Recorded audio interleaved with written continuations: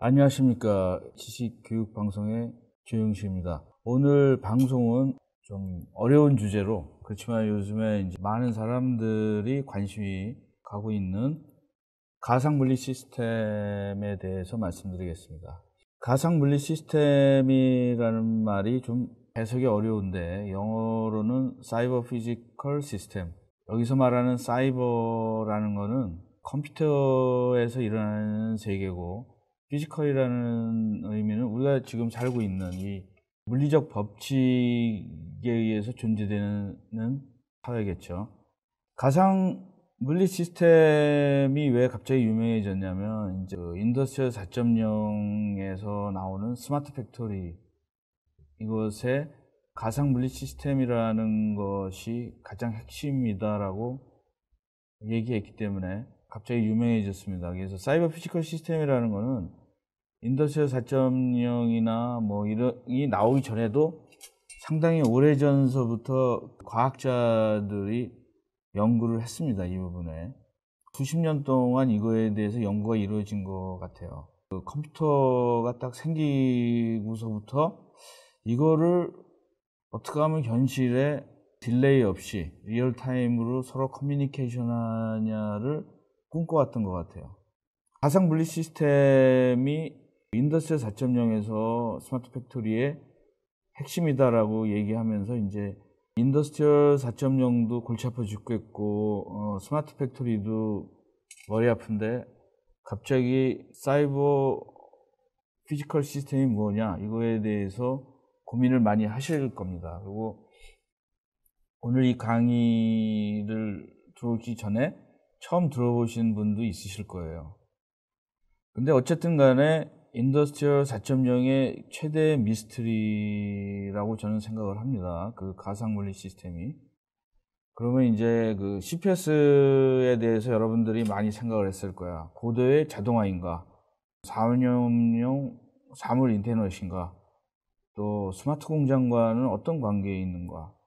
말도 많고 하지만 이제 정확하게 이해하는 분들이 없어요. 왜냐면 이거를 전문적으로 연구한 사람도 아직 그 프레임워크나 이거가 완전 완벽하게 만들어지지 않고 그 개념이 굉장히 발전적인 거죠. 계속 진화 중인 거죠.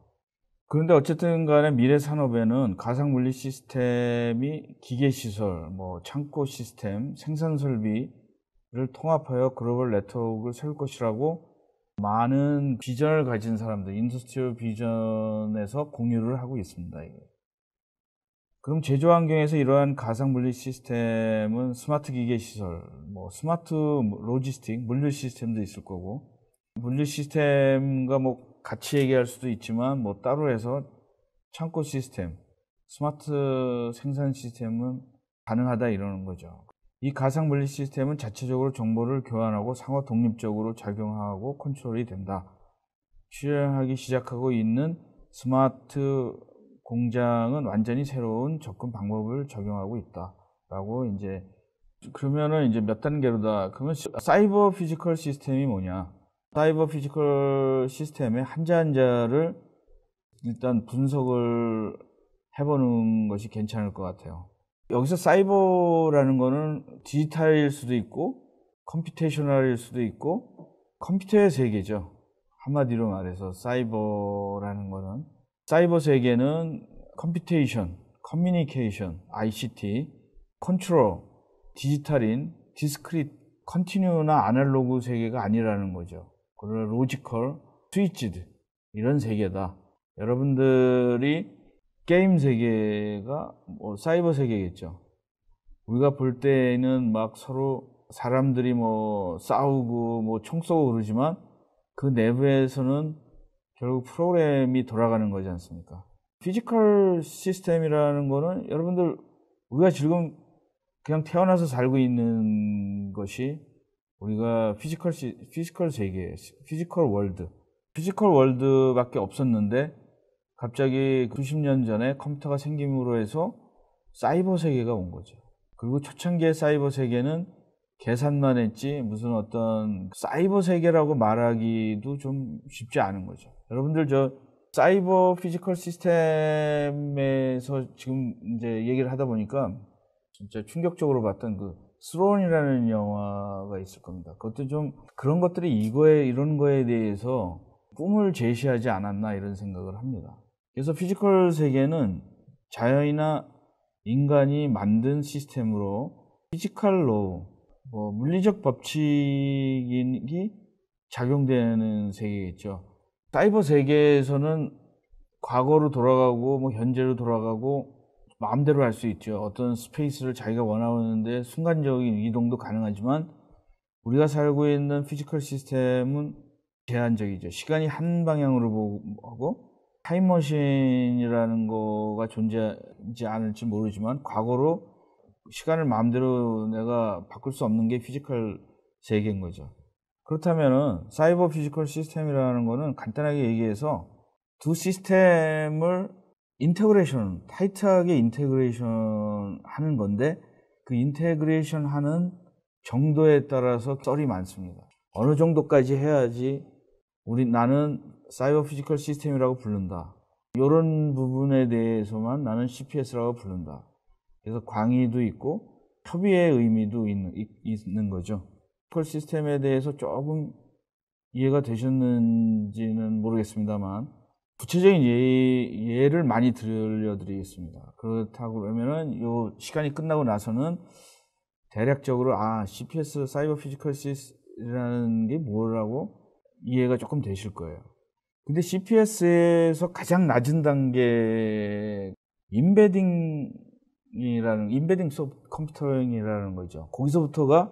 인베딩서부터가 사이버 피지컬 시스템의 입문이라고 볼 수 있습니다. 더 가장 높이 올라가면은 AI, 사이버 인간처럼 생각하고 결정하는 그런 로봇가 출현할지도 모르는데 그것이 가장 당위의 사이버 피지컬 시스템이라고 볼 수 있습니다. 여기 예를 보면 간단한 사이버 피지컬 시스템의 초기라고 할 수 있죠. 여러분들이 내가 스마트폰에서 어떤 모습이 나오면 그거를 내가 누르면은 즉시 배달해 주는 것도 일종의 사이버 세계와 피지컬 세계를 연결하는 거죠. 그래서 그거를 엔드 투 엔드로 그냥 동시에 한 번에 하는 것이 더 많이 타이트된 거죠.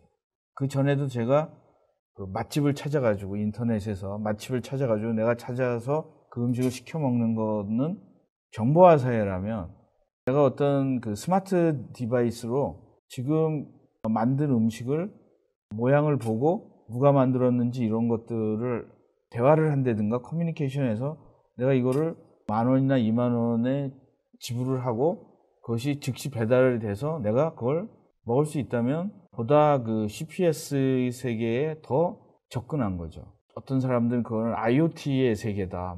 인터넷 서비스니까요. 그래서 이런 것들이 확실하게 여러분들에게 얘기하고 싶은 거는 앞으로 이런 것들이 출현하면서 엄청나게 우리의 사고방식이나 사회가 변화하고 있다라는 거죠. 그 변화를 이제 전체적으로 얘기해서 디지털 트랜스포메이션. 컴퓨터가 출현했을 때는 디지털 혁명. 이제 우리가 그동안 IT 시대를 살아왔는데 IT 시대 다음에는 컴퓨터에 앉아서 얘기하는 게 아니라 내가 움직이면서 내가 어떤 장소에 가든지 내가 그것을 할 수 있는 그런 유비쿼터스 세계도 될 수 있고 그래서 이런 시스템들이 처음에 우리에게 생활화되는 것들은 카메라도 있고 얼가나이저도 됐고 MP3 이런 것들이 이제 시작을 한 거죠. 스마트폰. 크게 이런 것들이 일종의 사이버 피지컬 시스템으로 발전이 된 거죠. 요 예를 들으시면은 그 사이버 피지컬 시스템의 지금 이제 대표적인 이그젬플로다가 이제 나오는 건데 몸 안에 이제 센서를 부착하고 그거를 커뮤니케이션 하는 여기 보면은 BP처럼 생겼지만 이제 어떤 와이파이라든가 이런 디바이스를 해서 이것이 스마트폰을 통해서 리얼타임으로 전달되는 이것도 일종의 사이버 피지컬 시스템이라고 합니다, 이것들. 근데 이제 의료계에서 쓰는 거고, 그 인더스트리 4.0에서 나오는 사이버 피지컬 시스템 스마트 팩토리는 축소해서 부르면은 사이버 피지컬 프로덕션 시스템이라고 부르는 사람도 있어요. 그 스마트 공장에서 하는 거는 사이버 피지컬 시스템 테크놀로지를 공장의 생산 시설에 적용하자라는 거죠. 일반적으로 사이버 피지컬 시스템의 이그젬플을 제가 찾아봤습니다. 거기 보면은 운전사가 없이 자동으로 운행되고 있는 자동차라든가 휴먼과 로봇의 협업이라든가 스마트 그리드, 그 원격 수술 로봇이라든가 자동화로다가 파밍을 한다든가 로봇이라든가 에어 트래픽 컨트롤이라든가 이런 것들이 사이버 피지컬 시스템에 입문하는 이런 모든 단계를 시작하는 거죠. 어떤 과학자들은 사이버 피지컬 시스템이 진짜 내가 기준으로 하는 사이버 피지컬 시스템은 오지 않았다. 그 완전히 더 높은 차원이다.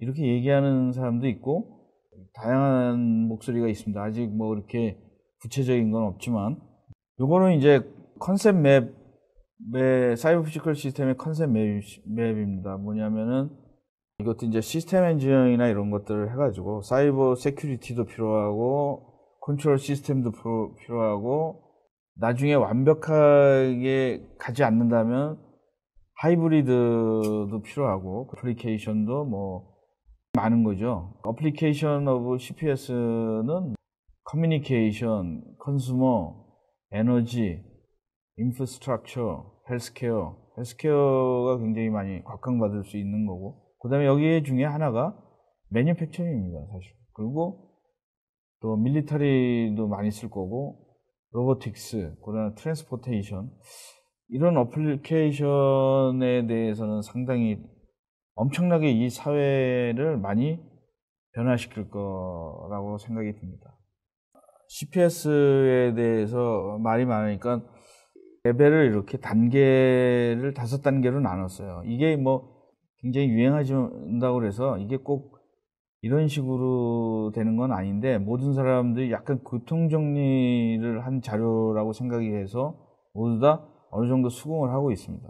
맨 낮은 레벨이 스마트 커넥티드 레벨. IoT에 기본적으로도 이 정도는 커넥티드 레벨이 됐겠죠. 그 IoT를 이용해가지고 플러그 앤 플레이 뭐 이런 거, 센서 네트워크, 데이터 투 인포메이션 컨버전 레벨 3 정도는 돼야지 사이버 레벨, 트윈 모델 포 컴포넌트 앤드 머신 그 다음에 이 정도는 돼야지 이제 우리가 지금 추구하고 있는 거가 시뮬레이션이랑 4번째 레벨이 지금 많이 도전을 하고 있습니다. 그리고 최상의 레벨은 아직 오지 않은 것 같아요. 2025년 이후서부터 2050, 60년 그 정도에 온다고들 이제 얘기를 하고 있습니다. 어떤 분야 같은 거는 빨리 올 수도 있겠죠. 뭐 예를 들어서 자율 주행 차량이 언제 나올지 모르지만 그것도 일종의 사이버 피지컬 시스템 입장에서 볼 수도 있는 거죠. 주행 자동차가 지가 자율 주행은 물론 뭐 아프면 지가 뭐 이게 카센터에 가거나 주차하거나 자동으로 그 다음에 뭐 예를 들어서 전기 프로 같은데 자기가 충전을 자기가 한다든가 이 정도의 레벨이 되면 재밌어지겠죠. 이 세상이 자동차가 뭐 말처럼 바람만 불면 오는 시대가 올 수도 있겠습니다. 그거를 이제 조금 비슷한 그림인데 이제 또 다른 각도에서 이렇게 같이 많이 사용하고 있는 그림입니다. 인더스트리 4.0에서 리포트에서 나온 피지컬과 사이버의 만남, 콜래보레이션 이렇게 그림으로 돼서 보니까 소셜 머신, 글로벌 패실리티, 어그멘티드 오퍼레이션, 증강현실을 사용한 스마트 프로덕트, 버추얼 프로덕트 이런 것들을 볼 수 있습니다.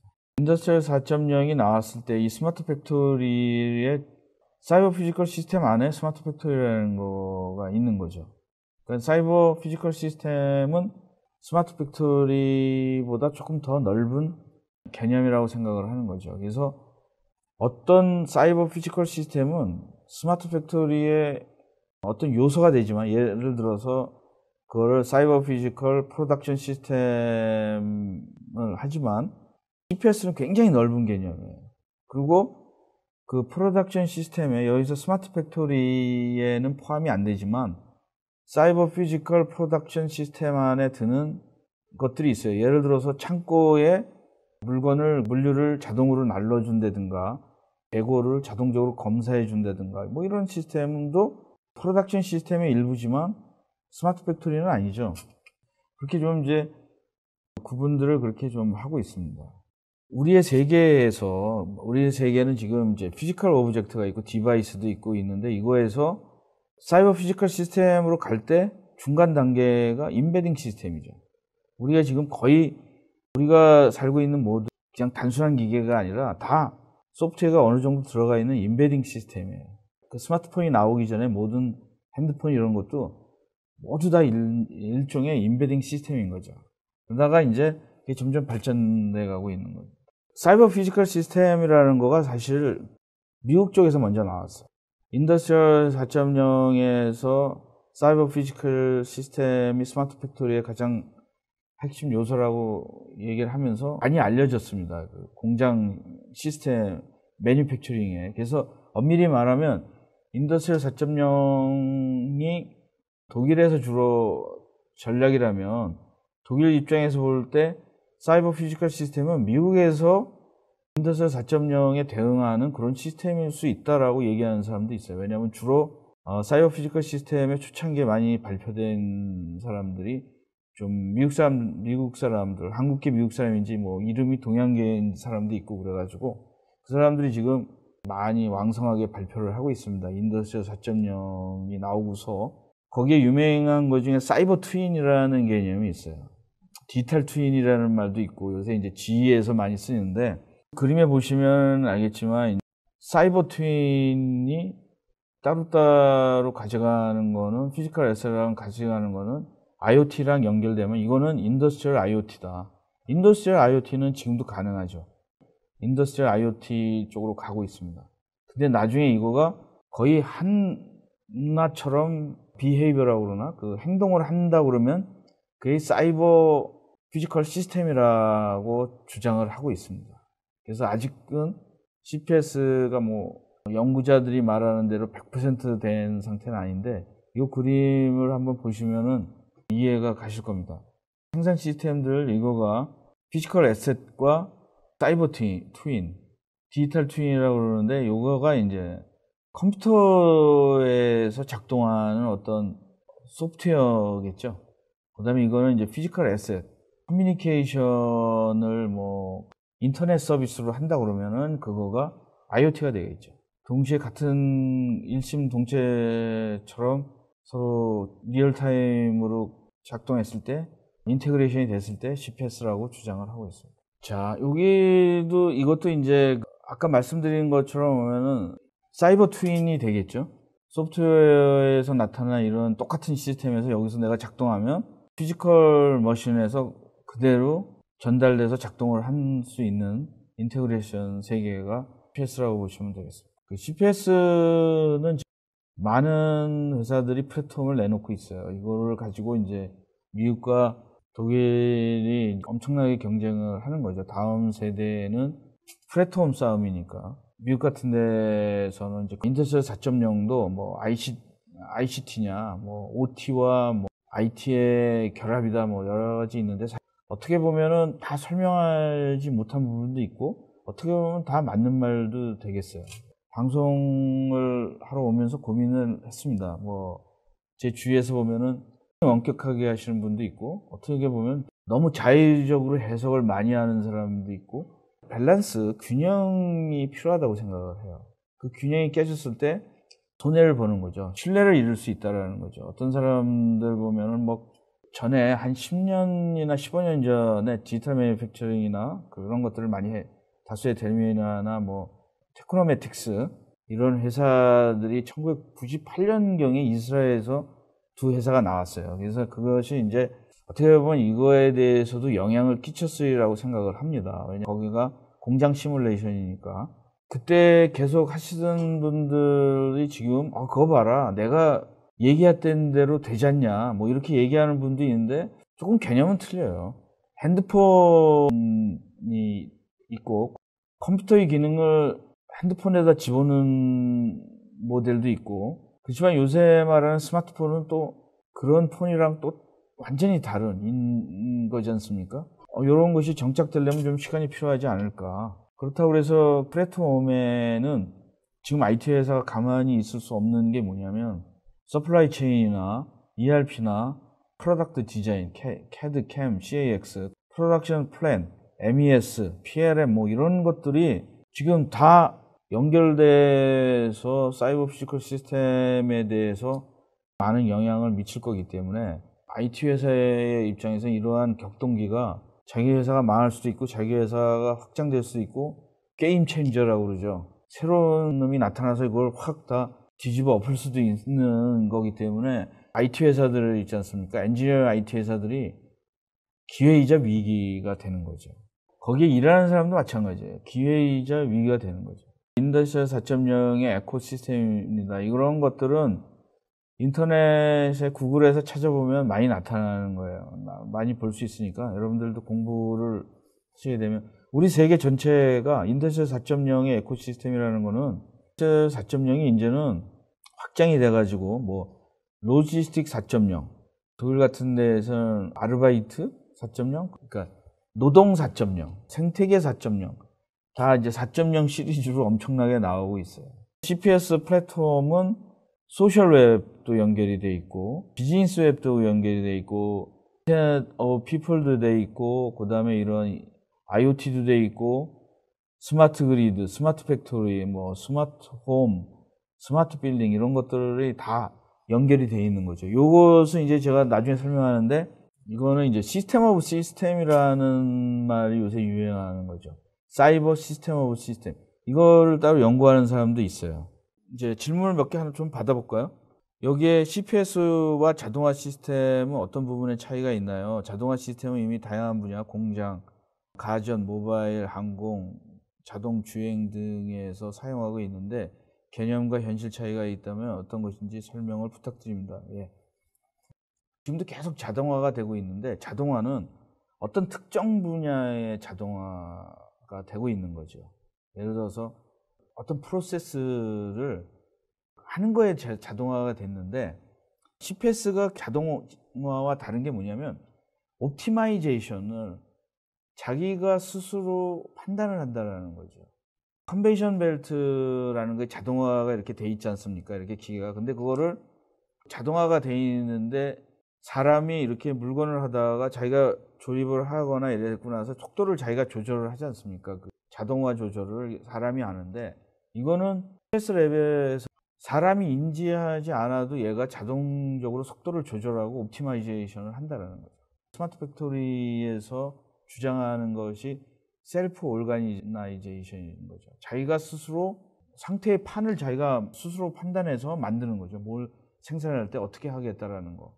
그건 좀 자동화랑은 다른 거죠. 자동화 중에서 사람의 인공지능이 들어간 자동화가 아닐까 이렇게 얘기하셔도 될 것 같아요. 배종열 님이 그 CPS와 자동화 시스템의 어떤 부분의 차이가 있는지에 대해서 좀 간단하게 설명을 해드렸습니다. 이게 뭐 어떤 방향을 제시하는 거지 이게 제가 설명을 뭐 붙잡고 몇 시간 얘기할 거를 간단하게 얘기할 수는 쉽지는 않고 스마트 페이스라는 이런 그림을 보면은 이제 공장이 이렇게 이런 미래의 공장이 이런 모습이 된다는 거죠.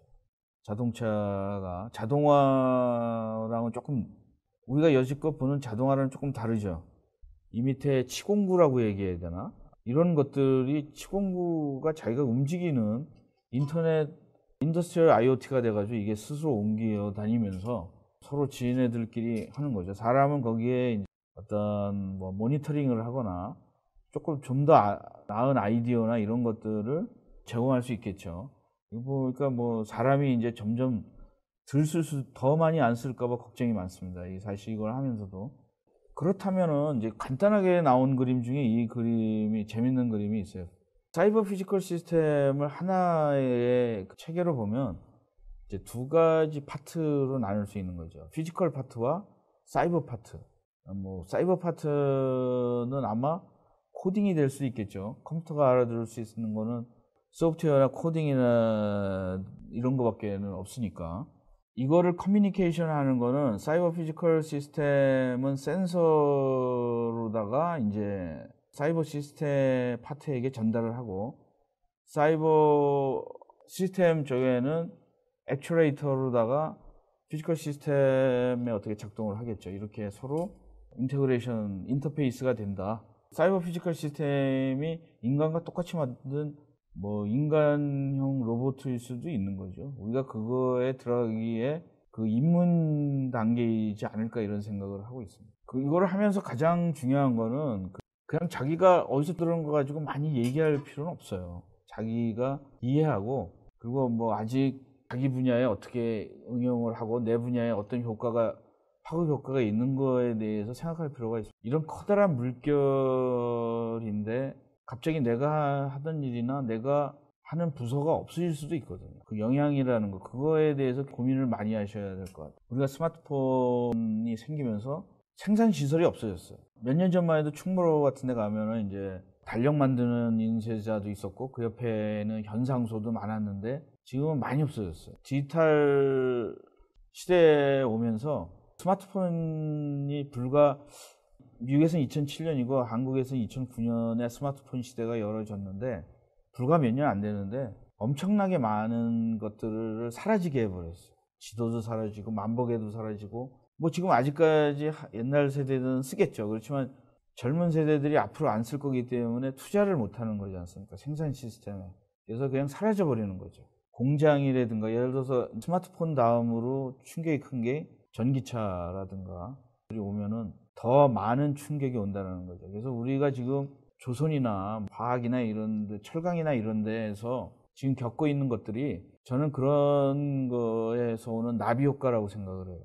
스마트폰이 딱 생기고 세일가스가 딱 생기니까 그게 막 파급 효과가 돼가지고 나중에 우리에게 올 때에는 엄청나게 쓰나미가 오는 거죠. 처음에는 화산이 하나 터졌는데 그게 뭐 나중에 그냥 파급 효과라는 거가 오는 엄청나게 데미지를 받을 수 있다는 거죠. 사이버 피지컬 시스템의 시작은 일단은 임무는 임베디드 시스템이에요. 임베디드 시스템은 우리에게 너무 많이 다 있어요. 조그만 TV서부터 무슨 뭐 스마트폰은 물론 작은 시계, 디지털 시계 모든 거에 임베딩 시스템이 들어가 있습니다. 근데 임베딩 시스템의 단점이 뭐냐면 고칠 수가 없는 거예요. 옛날 임베딩 시스템, 우리가 핸드폰이나 이런 것들은 사고 나서 기능을 더 이상 향상시킬 수 없잖아. 그냥 버려야 되는 거. 그건 너무나 웨이스트지 않습니까? 그 다음에는 이제 인텔리전트 임베딩 시스템. 위의 단계는 인텔리전트 코퍼레이션 임베딩 시스템이 되고, 그 다음에는 뭐 시스템 오브 시스템이라는 건 모든 시스템의 또 상위 시스템인 거죠.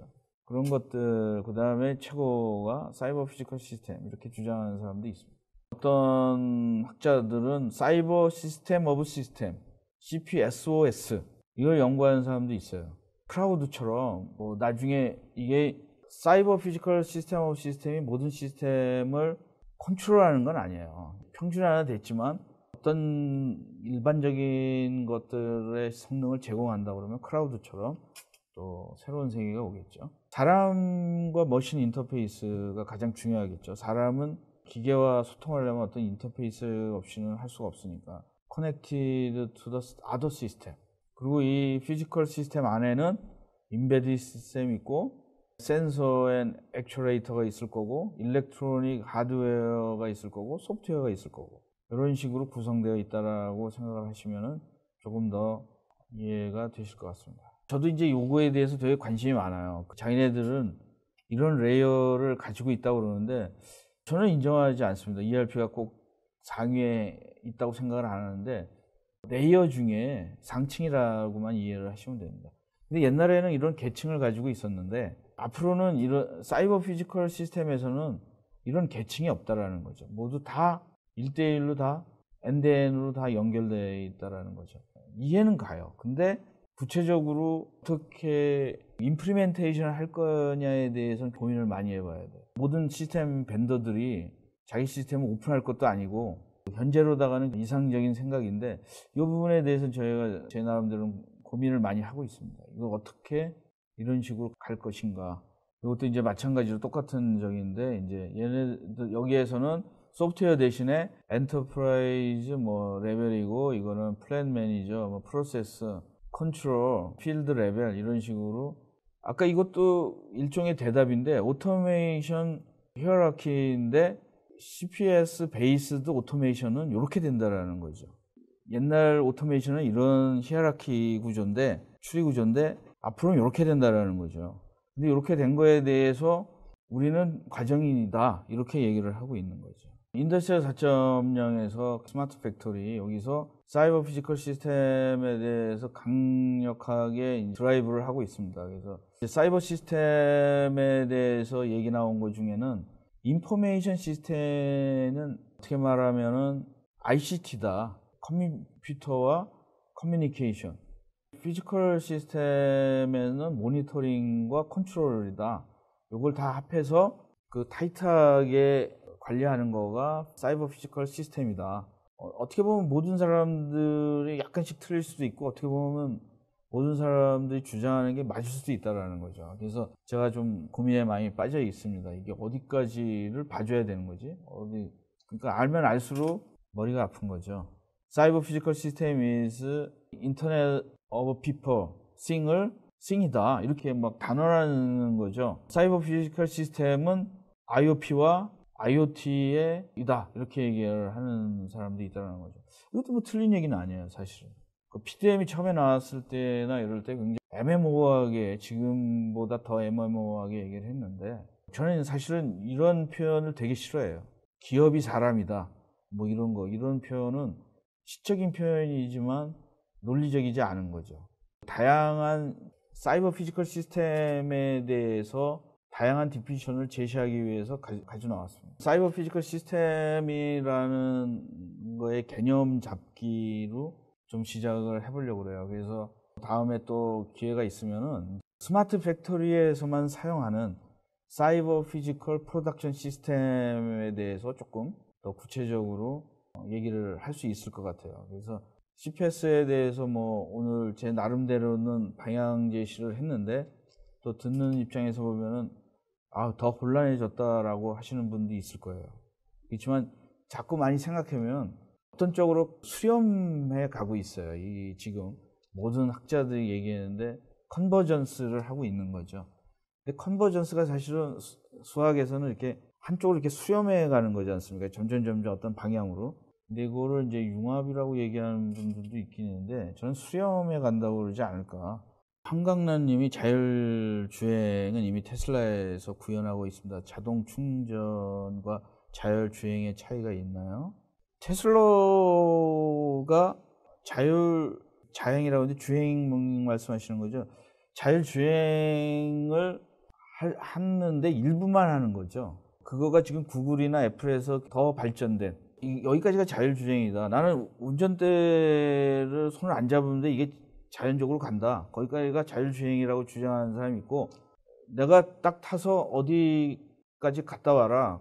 가자. 그러면 걔가 찾아가지고 거기까지, 목적지까지 자기를 태워다 주는 거부터가 자율주행이라고 주장하는 사람도 있고, 주차장에 있다가 내가 스마트폰이나 이런데 카톡으로다가 야, 너 오늘 몇 시에 어디까지 가는데 내가 부산까지 가려고 그러는데 준비해서 와. 그러면 얘가 충전 같은 거 다 알아서 해가지고 내 아파트 문 앞에 딱 와서 기다리는 거가 자율주행이라고 주장하는 사람도 있고, 그런 거죠. 오늘 내가 얘기하는 거는 그 레벨의 차이라는 거죠. 그래서 여러분들이 그 레벨에 대해서 알아두셔야 되는 거죠. 혼란이 오시는 거가 내가 여지껏 이렇게 알고 있는 건데 완전히 새로운 거다, 이게 아니라 내가 알고 있는 거에 대한 패러다임이 흔들리는 거죠. 사실은 그게 우리를 머리 아프게 하는 거죠. 어떤 분들은 뭐 독일어로 원본으로다가 봐서 해야 된다고 하는 사람들도 있긴 하지만, 사실 우리가 한글 자료만, 이렇게 신문이나 한글 자료에서 이렇게 들은 것만 가지고 우리가 판단하다 보니까 그것도 해석한 사람들의 자기가 약간 들어가는 거지 않습니까? 그렇기 때문에 자기가 알고 있는 것보다는 자기가 다양한 리소스를 갖다가, 외국 소스겠죠. 주로 일본도 많이 발달돼 있고 독일이나 이태리 뭐 이런 데 가능하면 자기가 그런 영어로 된 자료나 이런 것들을 좀 나름대로 분석해 보는 거가 가장 좋은 것 같아요. 저도 제가 책을 인더스트리 4.0을 5월 달에 썼지만 그 전에 전전해에 거의 한 1년 가까이 자료를 수집해 가지고 해석도 하고 했었습니다. 근데 그때랑 재밌는 게 프레임워크는 안 변했어요.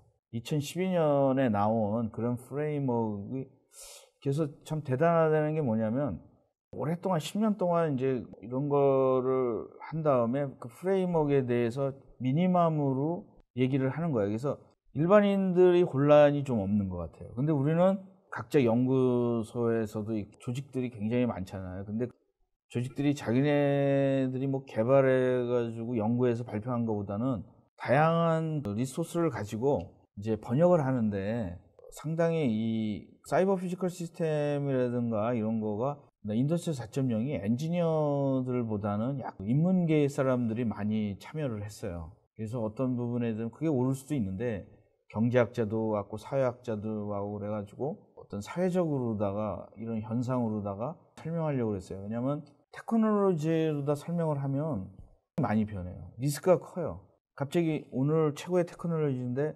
새로운 테크놀로지가 들어와서 옛날 테크놀로지가 갑자기 사라져버릴 수도 있고 그런데 인문적으로 얘기를 하면 사이버 시스템은 컴퓨터와 기계의 어떤 소통이다. 이런 식으로 두리뭉실하게 얘기하면 오랫동안 살아남을 수 있는 거거든요. 지금 여기서 말하는 사이버 피지컬 시스템은 인터넷 사람과 물건이다. 애매모호한 표현이지만 나중에 오랫동안 살아남을 수 있는 말들이에요. 내가 사이버 피지컬 시스템은 와이어레스로다가만 와이파이로다가만 해야지 된다라고 얘기를 하면 테크놀로지적인 얘기 스펙시픽하게 얘기한 건데 수명이 되게 짧아질 수 있다라는 거죠. 사람들이 그냥 좀 두리뭉실하게 얘기하는 것도 있어요. 그래서 오늘 뭐 질문 있으시면 더 질문을 해주세요. 왜냐하면 제가 조심스러운 게 뭐냐면 아는 사람들이 자기가 이렇게 그런 얘기 가지고 말을 막 해요. 어디 가서 막 이렇게 하는데 굉장히 조심스러운 거죠, 그게. 지금 이제 뭐 협회 같은 데도 있고 뭐 이런 데서 근데 그 일반인들에게는 더 혼란을 주는 거예요. 여러분들이 진짜 이 분야에서 전문가가 되거나 내가 이거가 필요하다 그러면 계속 자기가 책을 사서 보거나 저널이나 이런 잡지라든가 이런 자료를 수집을 해가지고 거기서 여러분들이 판단하셔야 돼요. 여기서 뭐 CPS 배종률님이 이런 얘기, CPS 이퀄 오토메이션, 인테그레이션, 인텔리전스 네트워크 이거 굉장히 위험한 발상입니다. 플러스 마이너스 이거는 이 세상에는 플러스 마이너스 이게 없어요. 그래서 그거는 우리가 이제 현업에서 제가 이렇게 가서 뭐 컨설팅을 하면 우리나라 사람들이 굉장히 급해요. 이게 도대체 뭡니까? 이거 플러스 이겁니까? 제일 우스운 말도 그러면은 인더스트리 4.0이 뭐 ICT입니까? 그 ICT라는 용어도 사실 위험한 용어이지 않습니까? IT와 그 CT. 근데 또 어느 입장에서 가면은 또 IT와 오퍼레이션, IT 플러스 OT라고 주장하는 사람도 있어요. 주로 메인테넌스 하거나 이러면. 근데 재밌는 거는 사이버 피지컬 시스템에 주로 초기에 연구했던 사람들이 뭐냐면 그 기계를 메인테넌스 하는 사람들이 주로 이런 개념을 내놨어요. 내가 이렇게 논문을 여러 편을 이렇게 조사해 보니까 이거에 주로 발단했던 사람이 산업공학에서 예방정비, 예측정비 이런 쪽으로 이렇게 한 사람들이 사이버 피지컬 시스템에 대해서 많이 논문을 냈더라고요. 뭐냐면 이제 원격으로 메인테넌 해주는 거이지 않습니까? 그래서 이거가 한 몇 년 전에 IBM에서 주장했던 이런 거 있어요. 셀프 힐링 시스템. 기계가 생산 시스템이 자기가 작동하다가 고장이 나면 자기가 웬만한 건 자기가 고치는 거죠. 자기가. 아니면은 인터넷에 소프트웨어 네트워크 연결해가지고 전문가들한테 자기 고치는 걸 갖다가 자기가 고치는 거죠. 그 주인한테 물어보지 않고 병원을 자기가 가는 것처럼 사람들은 내가 아프면 어떻게 해야 돼요? 내가 병원에 가지 않습니까? 근데 오토메이션이라는 기계나 이런 것들은 자기가 아프면 그냥 올스톱입니다, 이게.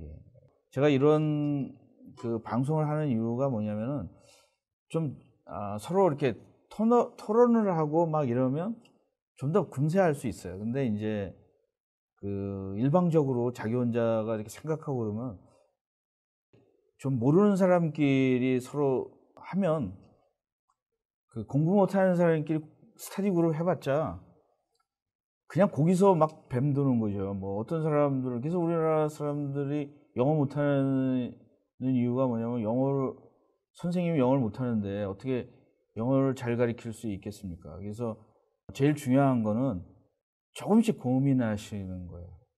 그리고 제가 그 페이스북에 스마트 팩토리와 인더스트리얼 4.0과 스마트 팩토리라는 커뮤니티를 만들었어요. 그게 몇천 명이 들어있는데 거기에다가 내가 최신 데이터들을 많이 올리고 있습니다. 왜냐하면 이 데이터를 제가 수집한 거를 여러분들한테 줄 수가 없어요. 왜냐하면 링크는 시켜줄 수 있어도 뭐 저작권이나 이런 것 때문에 그래서 여러분들이 좀 힘드시더라도 영어나 이런 것들을 영어로 된 딴 사람 얘기하는 것보다는 영어로 된 문서 같은 것들을 좀 많이 읽고 그리고 제가 요즘에 이렇게 보면은 CPS에 대해서 이제 강의 같은 것들을 이렇게 보면 어설픈 것들이 많아요. 논문이나 뭐 이런 거에서 한 게 아니라 저도 이제 얘기를 할 때 상대방이 그 수준이 예를 들어서 뭐 일반인들이라고 그러면 그냥 뭐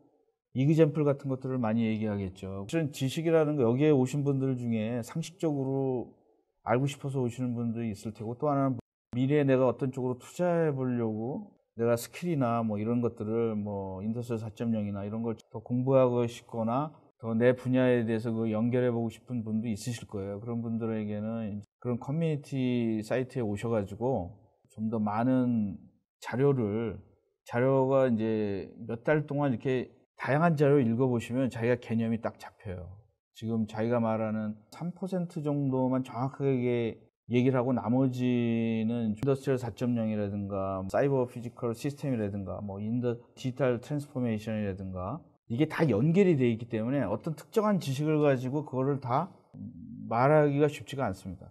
여러분들 아까 제가 이그젬플로다가 네트워크화된 히어라키 구성이 아니라 네트워크로 됐다고 그러지 않습니까? 그게 사실은 전번에 제가 말씀드린 디지털 트랜스포메이션에도 똑같이 적용이 되고 있습니다. 왜냐하면 이거가 사이버 피지컬 시스템이나 인더스트리얼 4.0이 주로 생산의 관점이라면 또 하나 제가 말씀드린 디지털 테페스트리 같은 거는 PDM이나 뭐 ERP나 이런 것들이 CAD나 이런 것들이 계층적으로 순서적으로 데이터를 전달하는 게 아니라 그때그때 막 실처럼 연결돼 있다는 의미입니다. 그래서 그런 거랑 오늘 말씀드린 거랑 같은 연관이 있다고 생각을 하시면은 참 재미있는 것 같아요. 뭐 이 세상은 뭐 그렇지 않습니까? 자기가 뭐 아는 만큼 보이는 거고 알지 못하면 안 보이는 거니까요. 많이 공부를 해주시고 뭐 어떤 분들은 그 페이스북에 용감하게 질문을 올려주세요. 페이스북 같은데. 그러면 자기가 더 많은 자료들이나 거기 가면은 이제 그 문서나 PDF 이런 링크들이 있는데 읽고 결국 자기가 읽고서 해야지 남이 그 해석해 준 거는 오류가 많거든요. 엔지니어들은 영어가 짧고 영어를 잘하는 분들은 또 엔지니어 지식이 짧고 학교에 있는 분들은 경험이 짧고 현장에 있으신 분들은 공부할 시간이 없고 뭐 이런 거지 않습니까? 쉽지 않은 토픽이었는데 오늘 끝까지 들어주셔서 감사드리고요. 저는 이제 약간의 오늘은 여러분들에게 머리를 혼란스럽게 했다든가 이걸 듣고 여러분들이 나 이거 이제 알았어 그러면 그 사람은 사기꾼이에요. 내가 오늘 얘기하는 거는 여러분들의 지적인 코스에 돌을 던졌다고 생각을 하시면 될 것 같아요. 조금씩 더 구체화된 자료를 가지고 여러분들에게 강의를 하겠습니다. 여기까지 들어주셔서 감사드리고요. 밖에 나가서도 어느 곳, 어느 장소, 어느 때에도 볼 수 있는 그런 지식 방송이 될 것으로 생각이 됩니다. 들어주셔서 감사합니다. 강의는 이것으로 마치겠습니다.